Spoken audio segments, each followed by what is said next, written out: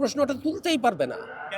না, কারণ হচ্ছে যে আমরা যে ওদের পিছে এত খরচ করতেছি, বিভিন্ন জায়গায় গিয়ে ওরা কিছুই করতে পারতেছে না। আজ পর্যন্ত আমরা একটা বই শিক্ষা আনতে পারছি?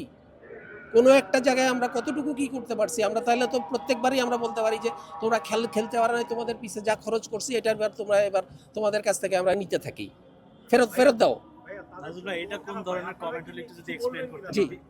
বহুত টেস্ট প্লেইং নেশন আছে যারা এখন পর্যন্ত কোনো বিশ্বকাপ জিতে না। হয় নাই, এটা তাহলে তো ক্রিকেট বোর্ডের কমেন্ট হইতে পারে না। এটা যেটা ক্রিকেট আপনি বোর্ডের just এটা ক্রিকেট বোর্ডের কমেন্ট না।